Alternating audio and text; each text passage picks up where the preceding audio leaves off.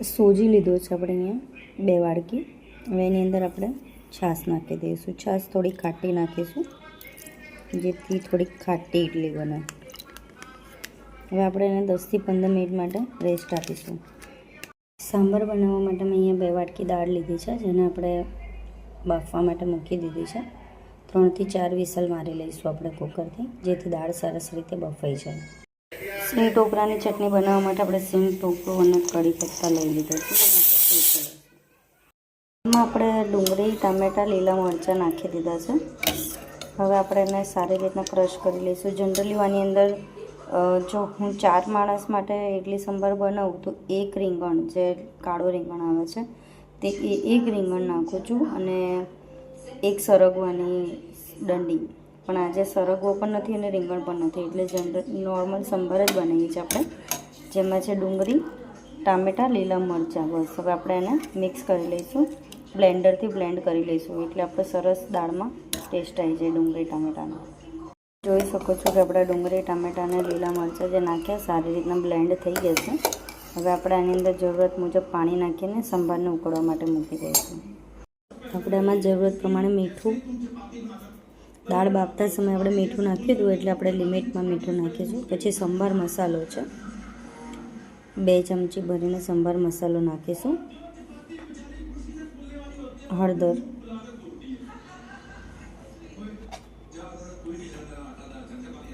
લાલ મરચું,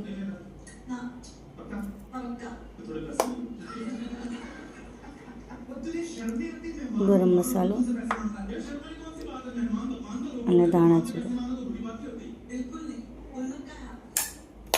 આ બસ આપણે બંનેને મિક્સ કરી લઈશું અને પછી આપણે સંભારને ઉકાળવા માટે મૂકી દઈશું.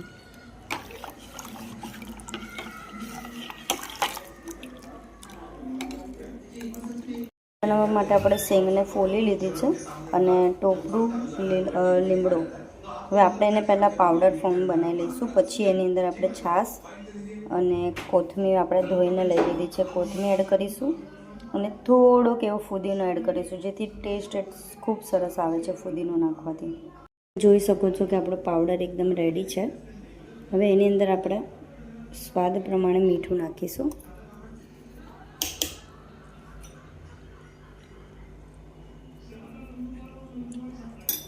અને જે કોથમીર સમારીને નાખી હતી તે નાખી દઈશું, ધોઈને નાખી છે તે, અને છાશ નાખી દઈશું. થોડી છાશ નાખીશું અને આપણે એને હવે પીસી લઈશું. આપણી ચટણી રેડી છે અને આ બાજુ આપણો સંભાર પણ ઉકળી ગયો છે. હવે આપણે એની અંદર વઘાર કરી લઈશું. તેલ ગરમ થઈ ગયું છે, આપણે એની અંદર રાઈ નાખી દઈશું. રાઈ બરાબર ફૂટે એટલે આપણે ગેસ બંધ કરી દઈશું, જેથી કરીને વઘાર આપણો બળી ના જાય. અને ઉપર જીરું નાખી દઈશું. જીરું નાખીને તરત જ હિંગ નાખવાની છે અને હિંગ નાખ્યા પછી આપણા તેજપત્તા છે, સૂકા લાલ મરચાં છે. આની અંદર આપણો વઘાર થઈ ગયો છે. હવે આપણે એને 5 મિનિટ માટે હજુ ઉકાળી લઈશું, જેથી કરીને વઘારનો જે ટેસ્ટ છે એની અંદર આવી જાય. આ બાજુ આપણો સોજી પણ સરસ રીતનો પલળી ગયો છે. હવે આપણે એના માટે વઘાર મૂકવો પડશે. રવા મસાલા ઇડલી બનાવી રહ્યા છે, એના માટે આપણે રવો પલળી ગયો છે અને મસાલા માટે મેં અહીંયા બેઝિક લઈ લીધું છે, અડદની દાળ, ચણાની દાળ, કાજુ છે અને કઢી પત્તા છે. લીલા મરચાં છે, આપણે ઝીણા કટ કરી લઈશું.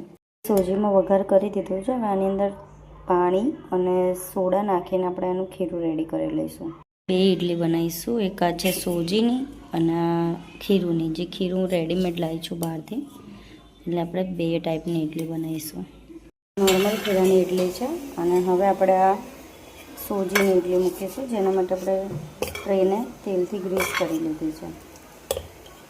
હવે આપણે એને નાખી દઈશું. તમે જોઈ શકો છો કે આપણી ઇડલી કેટલી સરસ ફૂલીને બની છે. હવે આપણે એને કાઢી લઈશું. તમે જોઈ શકો છો કે આપણી ઇડલી કેટલી સરસ જાળીદાર બની છે અને ફૂલીને પણ સરસ બની છે.